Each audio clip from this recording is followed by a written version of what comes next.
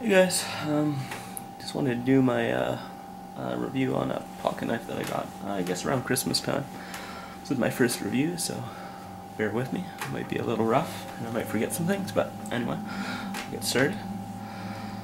So here it is in its little case that it came with. It's a pretty cool little leather case. I've never really used one of these to hold my knives before, but thought I'd give it a try since it came with it. And inside, star of the show, Scagel Fruitport. It's sold exclusively through Knife Ship Free, and it was produced by Great Eastern Cutlery, or GEC, and it was then sharpened by Bark River Knife and Tool to give it a nice full convex grind. So it goes through quite a bit of hands, and I guess the price kind of reflects that as well. Like these retail for $146, so it's a pretty pricey little folder. But I think if it's something that has what you want, it's worth it. Anyway, so let's open her up. So you can see it's got a clip point blade. It's just a tad under 3 inches long.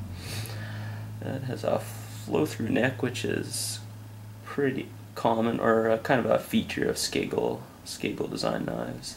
They bought Knife Ship Free bought the Scagel name a few years ago from Northfield, and Scagel was sort of a great knife maker back in around the 1900s. I don't know too much about him, but I know that he's kind of like the father of custom knives, I guess, so to speak. The blade is $10.95. And so is the spring of the knife as well. It's also made of $10.95, and the liners are made of stainless steel, and you can sort of see the stark difference between them. Sort of developing a patina. When I first got it, it was completely silver, so you couldn't really tell the difference. But now you can really see the character being developed, which I think looks pretty cool. And yeah, the blade as well is developing a nice patina. When I got it, it was nice and full silver, but one of the things I really like about slip joints is the fact that they develop some real nice character over time, and it's one of the big drawing features too that kind of drove me away from the tactical knives into collecting a little more traditional pocket knives. I'll show you that little Scagel design on there too. Shows up on my camera. Hi, there it goes. And then on the other side, you just got USA and the date 2010 when it was made. So I like that. It doesn't have a lot of text on it, and a nice little stamp, which is pretty cool. And the original Scagels, if you look them up, you can check them out on Google or whatever, had a fairly similar logo, so that's kind of neat, I guess. Kind of a little bit of history behind it, even though it's not truly made by Scagel. It still kind of has some of the features. Also, the shield's also Scagel design as well, and that's what he used on the originals, so that's pretty cool as well. So what did I want to talk about? Oh, for fit and finish, pretty much what you would expect from a GEC. Overall, really good. There's no gaps between the scales, which is, for me, one of those things that really, really irritates me. So I was glad to see that. Yeah. The blade centers really nicely as well. Not sure if you can see it. It's always hard to show on camera, but another thing that often annoys me. Some people don't really care, but I do. This blade has a half stop. You'll notice here that there is a slight little lift on the half stop.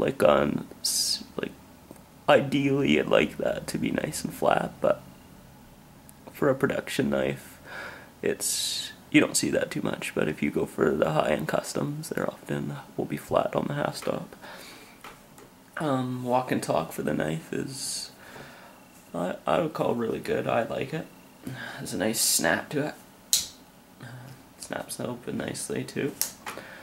As far as opening's concerned, I would rate it probably maybe 5 or 6. Not hard to open, but it's not super light either, so it's still reasonable. It takes a reasonable amount of strength to pull it open. You don't need to even use your nail, which I like. One of the real nice things about the flow-through design of the nail nick is that you can just pinch it and just open it like that, which I really like because you can see by my thumbs I don't have a lot of nail, so for me it's great. What else do I want to talk about? The bad things of the knife. I think just overall the only real flaw is the price. Like almost $150 for the knife is quite a lot. You can get a lot of slip joint for that cost. Like, it's not custom cost, but it's pretty high.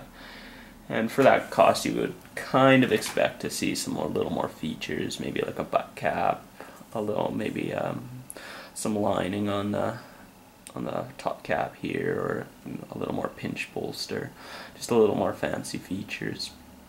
So that's, I know that like for Scagel, like one of his design, like in his knives, was not to throw any frills and gimmicks on his knives. So they're trying to kind of keep that, but the cost is quite high, and I think it's just more of a result of it going through several hands. Like Great Eastern Cutlery made the knife, then Bark River sharpened it, and then it went back to Knife Ship Free. So it's goes through quite a few hands, and I think the cost reflects that. But it's still a really nice knife. As I said, I've been carrying it since Christmas. I've done a lot of carving with it. The edge holds really well. If you've used Gex 1095, it's good steel. Holds an edge well, and it sharpens really easily. I haven't had any problems. I sharpen using the sandpaper technique, and for the most part I just strop it and keep it razor sharp. So yeah, it's been a great little companion. And if you're looking for something a little different and a little more unique, because you don't see too many of these guys around, might be a knife for you. They also offer them in ivory, as well as stag, and also they have a Warncliffe blade as well. So if the clip point's not your thing, you got some other options. So you can check out their website. And Knife Ship Free is a pretty good place to get knives. They have lots of other knives as well. So yeah, good prices. And yeah, I get most of my stuff from there. Being from Canada, not a lot of places ship for reasonable prices, and they're really reasonable. I think they don't ship free, unfortunately, but it's, as far as Canadians concerned, it's like $5 or $6, and that's not bad. Other places charge 30, 40, ridiculous prices, but yeah, and they're a real good place to deal with too. Like, if you want to make sure your knife's centered, you can just ask for that. And in my experience, they've been really good at doing that. So yeah, great company, and yeah, a good knife. And I think they're going to be releasing a new Scagel pretty soon, which actually looks pretty cool, and I believe it's going to have ATS 34 steel, so it'll be a stainless steel, a little different. Probably not my cup of tea, but for those that like stainless and don't like the patina thing, then that might be an option for you in the future. Alright, I hope you enjoyed the review, and yeah, if you have any questions, please feel free to leave them, and yeah, I'll get back to you. Alright, thanks.